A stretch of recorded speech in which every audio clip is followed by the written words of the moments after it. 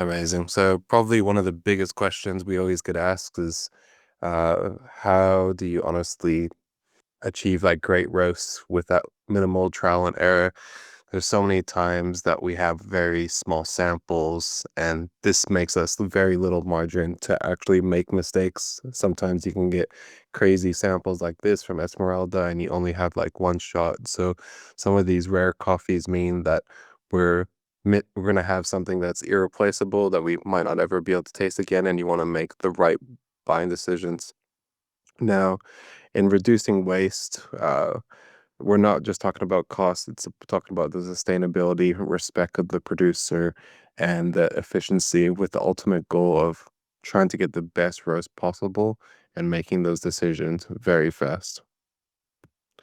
Now, roasting is challenging as a whole, and it's been evolving as we've gone on with time. Uh, it is so complicated, which makes it so much fun, in my opinion. What I find so interesting is obviously you have bean variability. Coffees come from all across the world. You'll find coffee coming from South Africa to Ethiopia to Central America to your Asias, which mean they have variety in densities and moistures, and all of these outcomes change the way that the coffee is actually going to react from the altitude to the temperature and the humidity of where you are as well. This can all change how a roast actually develops and goes out. Now, sample roasters and production roasters can behave quite differently. And within that as well, you have human interpretation versus like someone like myself. I really like light style roasts, but if I were to send some over to Sam, he might be thinking that it's a little bit more underdeveloped. So, like, the deeper thing here is about controlling the change, but not too many variables control the difficulty. So, here, we're just going to be talking a little bit more about the typical challenges in roasting that a lot of us either have experienced. I have definitely experienced it myself as well, is batch to batch inconsistency. It's hard to mimic something that you roasted once and be able to do it over and over again. You almost sometimes you hit the jackpot and you're like, oh, how can I do this exactly again? And some people have really struggled to do that. And then limited amount of control. Sometimes with other sample roasters, there's sometimes you just follow literally one curve, and that one curve is going to be your profile for that Central America. But for example, we were saying that how densities change so much, one coffee from the same exact area is going to react completely differently, which doesn't give you like the best representation. And then there's also issues with scaling once you start to scale out for multiple different styles of coffees, the same countries around it and stuff. So all of these make such difficulty when it comes to it. And obviously there's subjectivity, and a lot of the time, a lot of us don't have enough data to be able to understand what the coffee is, what the coffee's density is, what screen size it is, how this coffee is going to actually react, and having a true purpose of how we actually want to roast, whether we're wanting to roast it for cupping or if we're trying to send it out to a client as a potential for espresso release or for a filter release. So what makes the link very different, which Sam will go a little bit more deeper into like the profiling systems and stuff. But basically what it does, it removes a lot of the guesswork out of it. It utilizing a lot of algorithms that we've worked on for ages to be able to provide you these reliable results. Utilizing the density tube, we're able to create this repeatability kind of aspect where you're able to get the density of the exact coffee and trust the roast that you're going to actually get the best roast curve for each and every coffee. This in turn allows you to have a lot of efficiency, less trial and error, and there's a lot of less waste when you're actually going through it.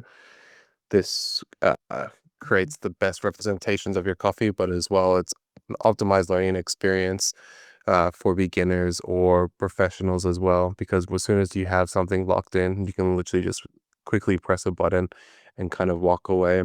For me, this is what the link stands for because it bridges the gap between all different skill levels from professionals to home users, just like my mom, to be able to save time, understand roasting concepts as much as you want to, but as well allow you to get the best representation of what you want.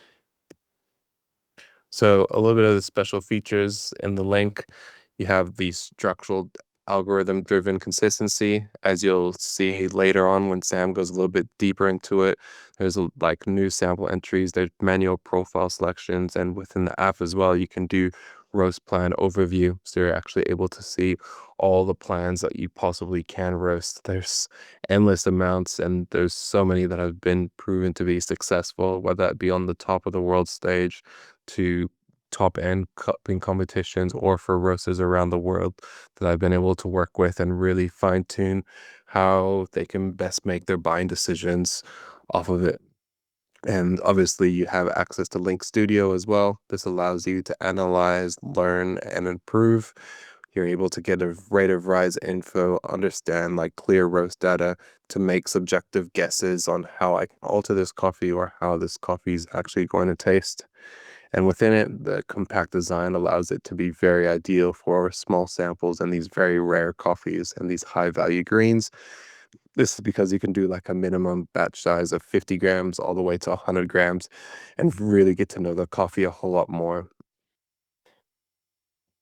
Now, some cool examples I kind of want to touch on the three main uh, people that I come across that really like to utilize roasters and utilize roasters on a regular basis are importers, just normal coffee enthusiasts, and roasters. What I always find for importers is that they always struggle to evaluate green coffee consistently.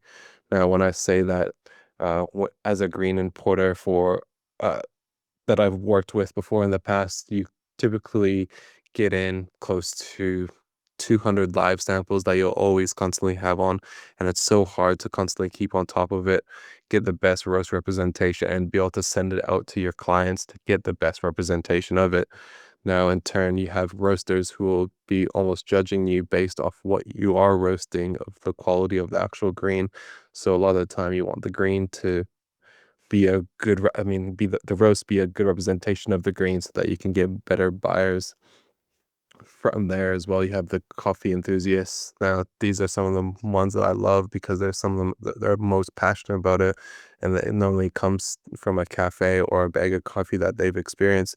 A lot of them have like a steep learning curve, and there's so many articles and seminars just like this where they have such a steep learning curve and they dive deep into understanding what roasted coffee tastes like, what their preference is, and it's like a very slow journey, but as well, you've learned so much out of it. And these are kind of the other aspects. And then finally, roasters. Roasters, it's always like they'll always will say one of the hardest things is being on top of QC. It's always like that decision making of being able to cup as a team, understand how we can best make this coffee as best as possible. And it kind of loses productivity when that's not actually like streamlined. So these are case examples on how with a link you're actually able to be a whole lot more faster, get understandings of it. A lot of importers get in a lot of data with the density, moisture, and stuff, and you can correlate that within the link system to get the best representation of those coffees. And then you can as well provide a reference point for everyone that you have been working with in the past, whether you're developing it 12% as a standard or 15%, or you like to use more of a cupping roast or filter style roast because that best represents this Ethiopian style coffee that you're doing. For enthusiasts, it allows you to get so much experience within a click of a button that we've been working on for years and years and years. I wish I honestly had this technology when I was first getting into roasting because it would have made things a whole lot faster for my learning growth, but as well, I would be able to evolve and be able to figure out my roast approach that I really like. Like for me, for example, I really like using like these longer style filter roasts, as we were saying for that last presentation. I just love getting flavor clarity, and that intensity is so beautiful. And then finally, for roasters, this allows you to have a reliable QC program where you're actually able to get in your samples, understand a coffee a whole lot better, and make confident decision makings of how you can scale it up and how this coffee will translate better, whether it be for cupping, for a filter, or for espresso. So what this means as we were saying before. It just makes it more consistent and reliable for importers. It's less waste, and you have that faster learning curve for enthusiasts, which makes it quite exciting. And then finally, for roasters, you have that repeatability, which means that you can scale up to production and be more at ease because you know exactly how this coffee should be reacting. I hope this video was helpful for you. If you want to know more about the Nucleus Link, then have a look at our website where we have a lot of information about the machine, or you can always come back to me. You find my contact information as well as all the information on the link on our website, roasttravels.com.